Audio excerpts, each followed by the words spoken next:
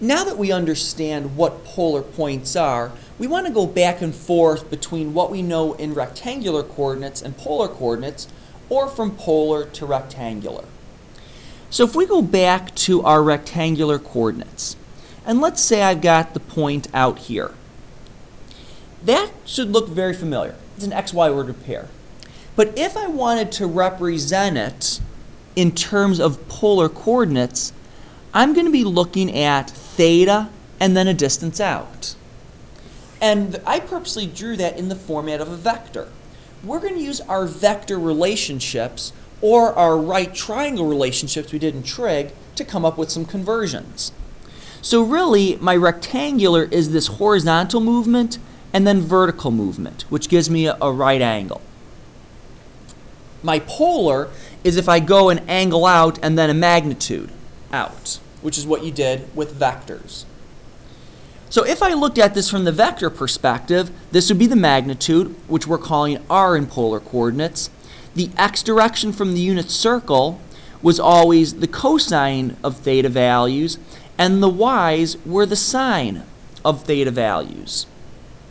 So if I'm going to go polar to rectangular, which means I'm going from r thetas to x y's, the format I'm going to have is x equals r cosine theta and y equals r sine theta. Same relationship you saw before when we dealt with x's and y's on the unit circle. If I'm going to go in the other direction, rectangular to polar,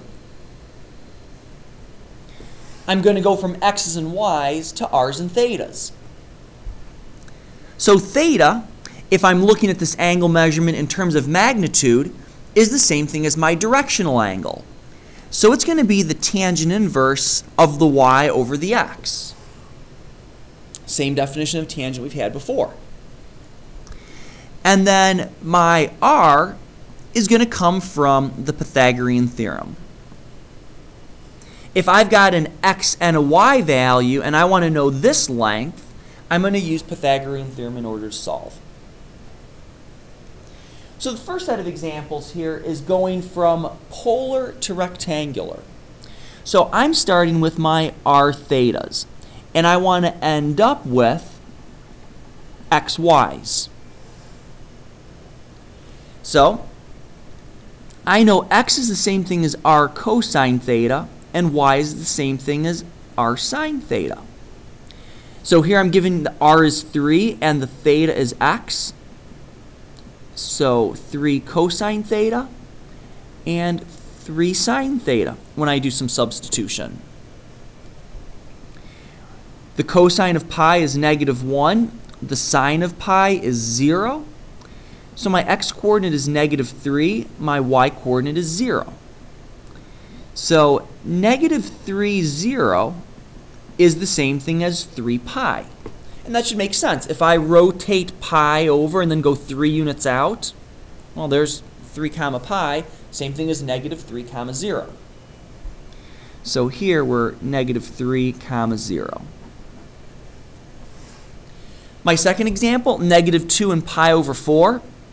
If I were to graph this, I know pi over 4 is going to be this line right here. And then I go 2 units back. I'm going to be somewhere in that third quadrant. So my answer should be something from the third quadrant.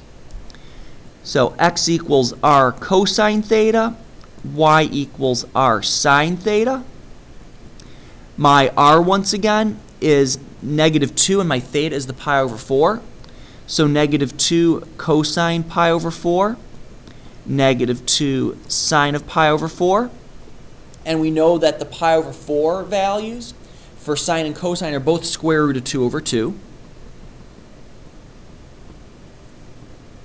So we'll plug those values in. My 2's cancel, so I'm left with x equals -square root of 2 and y equals -square root of 2. Which that makes sense since we're in that third quadrant, both values would be negative. So continuing along here, 4 and then 3 pi over 6. 3 pi over 6 is the same thing as pi over 2. So x equals r cosine theta, y equals r sine theta. So I'll plug in pi over 2 and 4 for r. And the cosine of pi over 2 is 0. The sine of pi over 2 is 1. So this is 4 times 0 and 4 times 1. So 4, I should say that's 0 and 4. So my ordered pair would be 0, 4. And then finally, negative 6 and 7 pi over 6. Once again, r cosine theta and y equals r sine theta. R is negative 6. 7 pi over 6 is the value we're looking at.